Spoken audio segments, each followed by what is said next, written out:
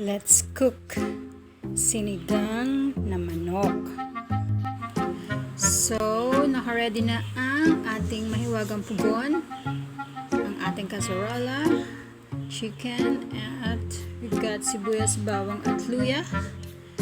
Also, syempre, vegetables, sitaw, kangkong, at labanos, at ang ating chicken na chop na. This is 1.5 kilo.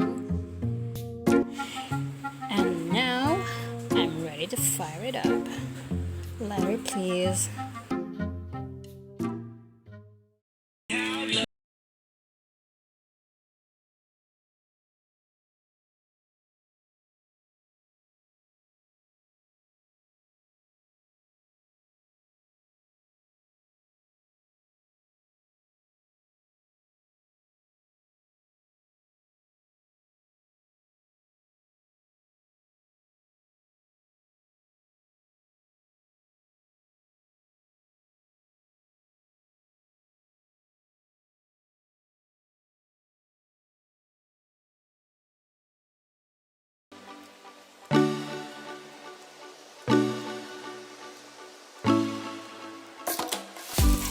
So, first step, gawa tayo ng chicken oil, yung fat, balat ng manok.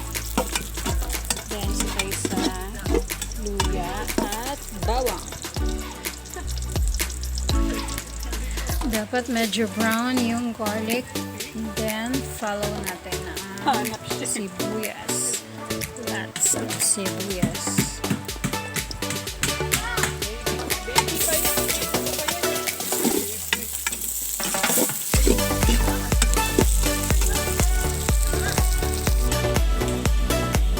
Almost 5 minutes akong nagpisa. So, sapat na yun para lumabas yung aroma ng luya. And syempre yan.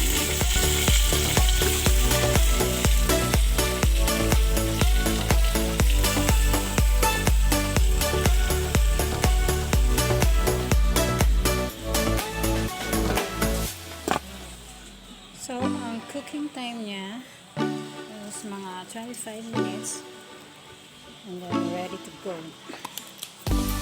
So, naglagay lang ako ng 1 tablespoon of salt at paminta. Then, cover. Let it sit for 5 minutes hanggang sa lumabas yung sarili niyang mantika niya. So, no need na maglagay pa ng mga pampalasa.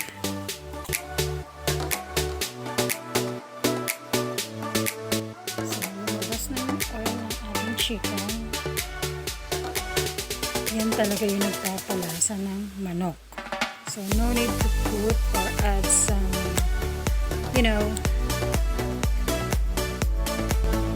So, yung tubig niyan is 1.5 liter. Depende sa weight ng manok. And bring to boil. And that's it.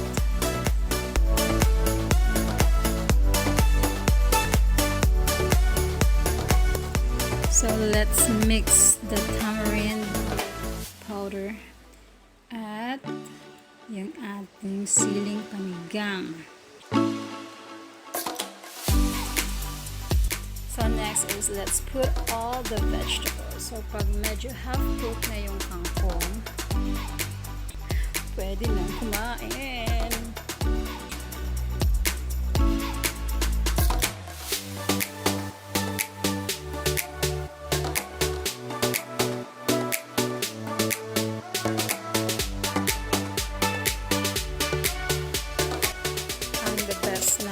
Sausawan nito is yung atis na maraming sili at kalamansi.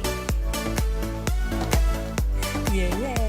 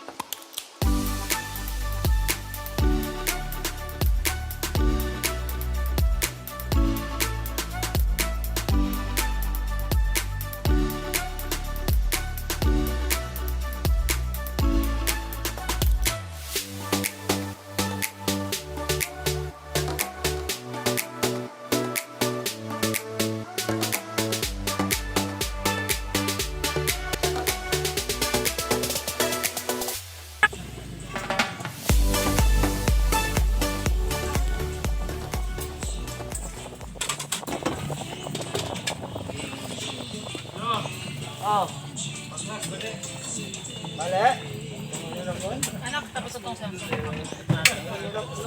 Mali yan, mali yan. Mali yan ginagawa nyo. Patayin na lang ako. Sandok? Ayun, nandiyan ko sarap. Gagawin natin yan.